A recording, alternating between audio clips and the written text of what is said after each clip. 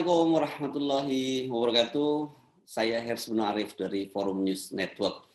Akhirnya pengarahan atau boleh kita juga sebut sebagai kemarahan Presiden Jokowi kepada para perwira Polri itu dibuka ke publik. Setelah hampir 24 jam, channel YouTube Sekretariat Presiden akhirnya merilisnya pengarahan yang dilakukan pada hari Jumat siang itu pada hari Sabtu pagi menjelang siang. Judul tayangan itu pengarahan Presiden kepada Pati, Mabes Polri, Kapolda, dan Kapolres. Walau judulnya terkesan datar, kalau Anda mencermati secara seksama ekspresi, bahasa tubuh, dan pilihan kata yang disampaikan oleh Presiden Jokowi menunjukkan Presiden sangat geram dan marah.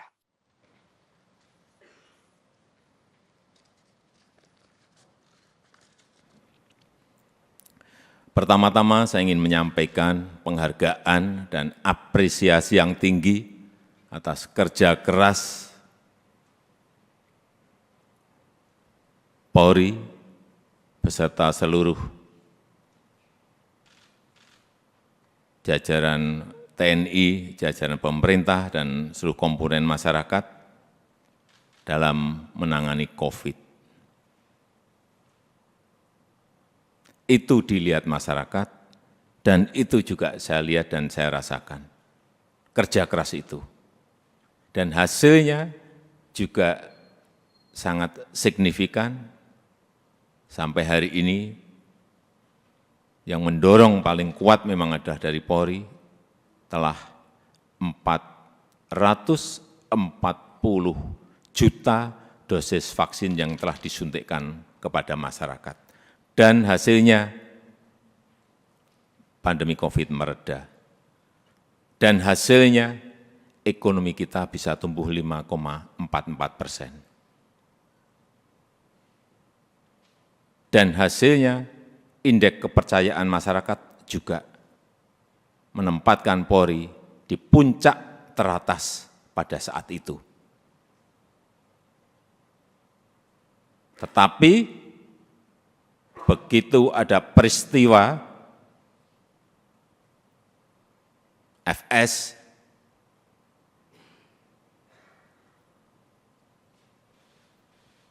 runyam semuanya dan jatuh ke angka yang paling rendah. Dulu dibandingkan institusi-institusi penegak hukum yang lain tertinggi, sekarang saudara-saudara harus tahu menjadi terendah. Ini yang harus dikembalikan lagi dengan kerja keras saudara-saudara sekalian. Di November itu masih 80,2, sangat tinggi sekali, bukan tinggi, sangat tinggi sekali. Sekarang kemarin Agustus berada di 54, jatuh, drop sangat rendah sekali. Itulah pekerjaan berat yang saudara-saudara harus kerjakan untuk mengembalikan kepercayaan masyarakat kepada Polri. Di tengah situasi yang juga tidak mendukung saat ini. Kita tahu semua negara sedang sulit,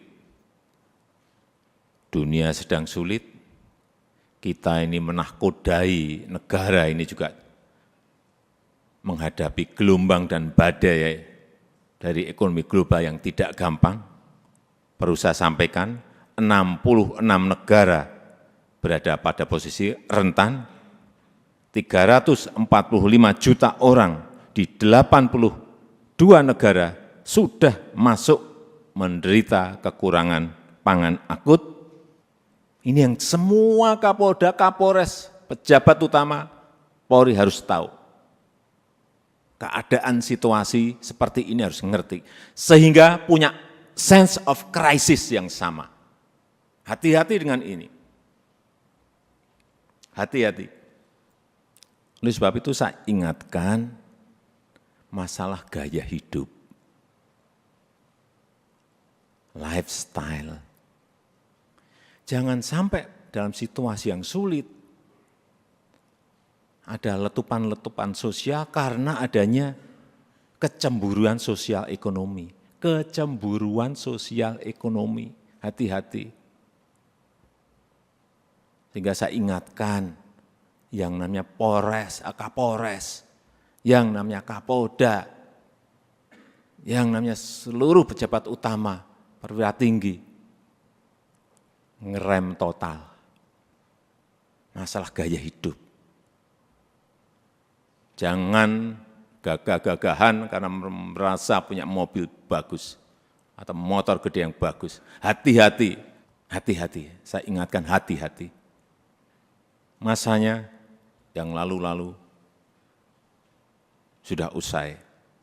Teknologi sekarang ini menyebabkan interaksi sosial berubah total. Sosial media bisa mengabarkan bukan hanya TV, bukan hanya media cetak, media online. Pribadi-pribadi kita sekarang bisa menjadi surat kabar, bisa menjadi media yang setiap saat bisa memunculkan perilaku-perilaku kita sehari-hari kayak apa.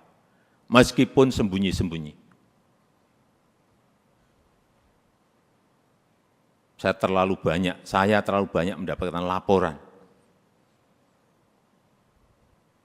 Sehingga kembali lagi, gaya hidup, urusan kecil-kecil, tetapi itu bisa mengganggu kepercayaan terhadap Polri. Urusan tadi, urusan mobil, urusan motor gede, urusan yang remeh-temeh aja. Sepatunya apa, bajunya apa, dilihat masyarakat sekarang ini. Itu yang kita harus mengerti dalam situasi dunia yang penuh dengan keterbukaan. Dan keluhan masyarakat terhadap anggota Polri kita, ini tugas saudara-saudara semuanya. Jadi keluhan masyarakat terhadap Polri 29,7% itu ini sebuah persepsi karena pungli.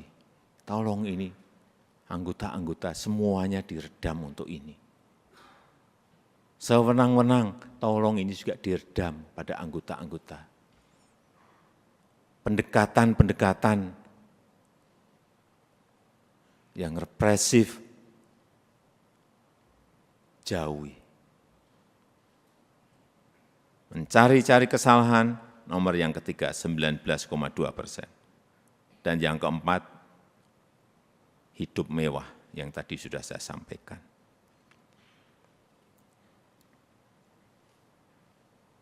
Karena Bapak, Ibu, dan saudara-saudara sekalian, itu adalah aparat penegak hukum yang paling dekat dengan rakyat, paling dekat dengan masyarakat, dan paling sering berinteraksi dengan rakyat.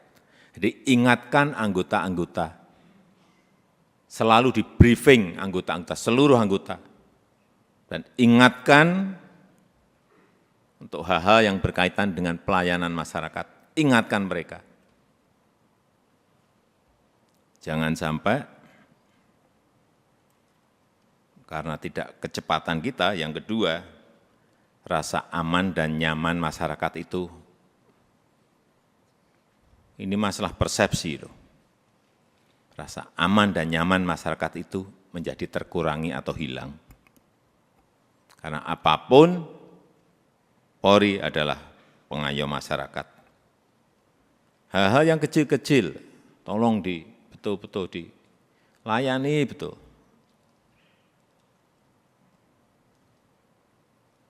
Masyarakat kehilangan sesuatu, harus direspon cepat.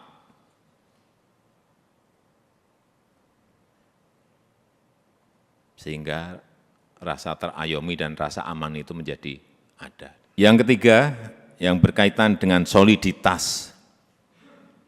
Jangan sampai ini, hati-hati, ini sudah masuk tahun politik. karena pemilu sudah berjalan tahapan pemilu sudah berjalan sejak Juni yang lalu. Harus ditunjukkan soliditas di internal Polri dulu. Rampung, kemudian soliditas Polri dan TNI, itu yang akan mengurangi tensi politik ke depan. Soliditas. Harus ada kepekaan. Posisi politik ini seperti apa sih? Karena saudara-saudara adalah pimpinan-pimpinan tertinggi di wilayah masing-masing.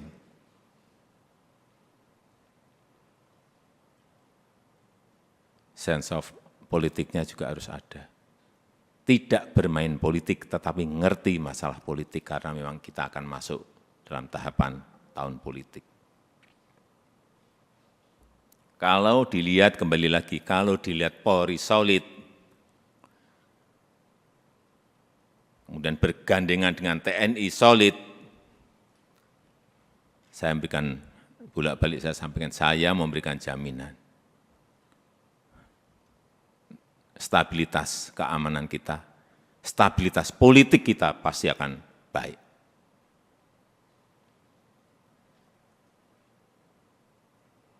Enggak ada yang berani coba-coba. Kalau coba-coba ya tegas saja.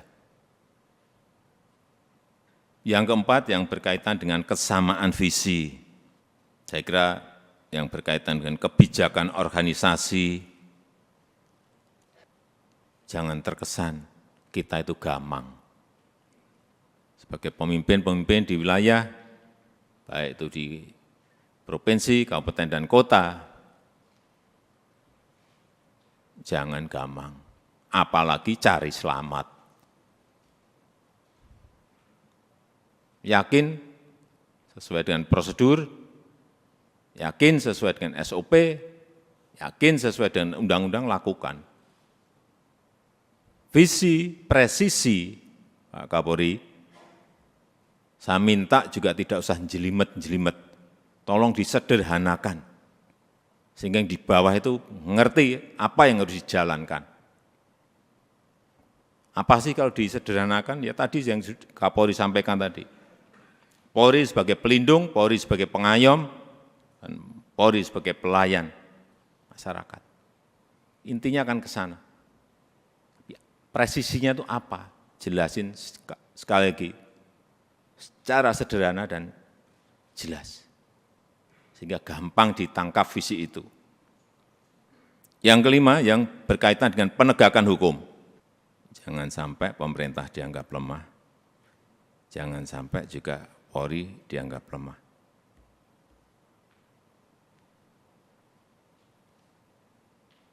Saya sudah perintahkan kepada Kapolri saat itu urusan judi online, bersihkan. Ya udah.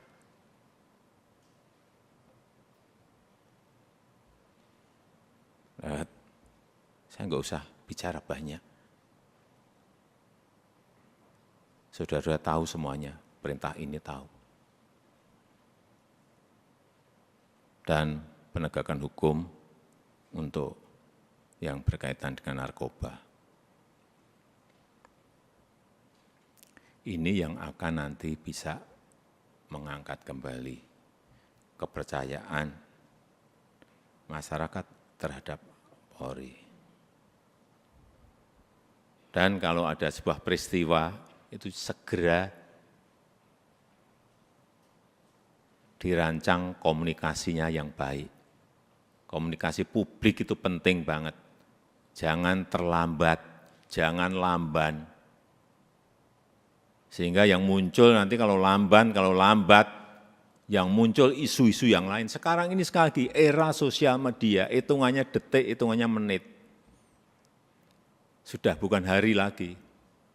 Begitu ada sebuah peristiwa kecil, dan saudara-saudara menganggap ini kecil, sehingga tidak ditangani, dikomunikasikan dengan baik, dengan kecepatan, membesar menjadi sulit untuk kemudian selesaikan lagi. Ini tidak berada pada posisi yang normal. Dunia sekarang ini.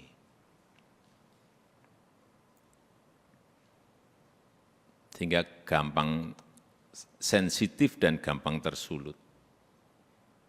Untuk menumbuhkan optimisme harus menciptakan hal-hal yang baik, dikontra dengan itu, dikontra dengan prestasi-prestasi, dikontra dengan komunikasi yang baik.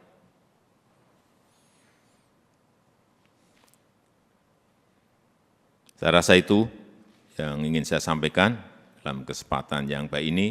Sekali lagi, saya sangat menghargai